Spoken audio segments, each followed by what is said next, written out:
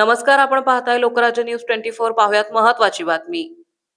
सावित्रीबाई फुले पुणे विद्यापीठाच्या परीक्षा विभागाच्या कारभार सध्या पूर्णतः कोलमडल्याचं चित्र समोर येत असून विभागाच्या ढिम्म कार्यपद्धतीचा फटका हजारो विद्यार्थ्यांना बसत आहे. हिवाळी सत्र परीक्षा होऊन 2 महिने उलटूनही अद्याप अनेक अभ्यासक्रमाचे निकाल लागलेले नाहीत.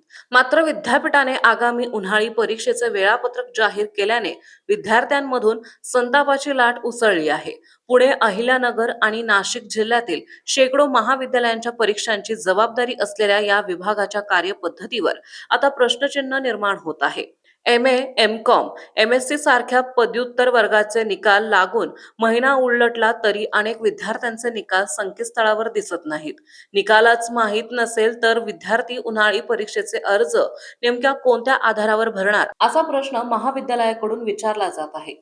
अनेक विद्यार्थ्यांचे निकाल ऑनलाईन दिसत नसल्याने त्यांना फेर तपासणी किंवा पुनर्मूल्यांकनासाठी अर्ज करणेही अशक्य झाले आहे. विद्यापीठाने अजूनही प्रथम वर्ष आणि द्वितीय BA, BCom आणि द्वितीय वर्ष BSc अभ्यासक्रमाचे निकाल जाहीर केलेले नाहीत. BCom BA 2019च्या पॅटर्नचे निकाल जाहीर झाले आहेत. मात्र NEPच्या पॅटर्नचे निकाल अद्यापही प्रतीक्षेत आहेत.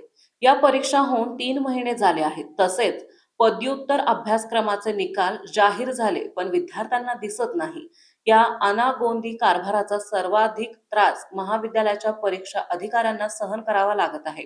विद्यापीठात फोन केला तर उपकुलसचिव किंवा सहाय्यक कुलसचिव फोन उचलत नाहीत आणि प्रत्यक्ष गेल्यास कर्मचारी दाद देत नाहीत, अशा तक्रारी समोर येत आहेत.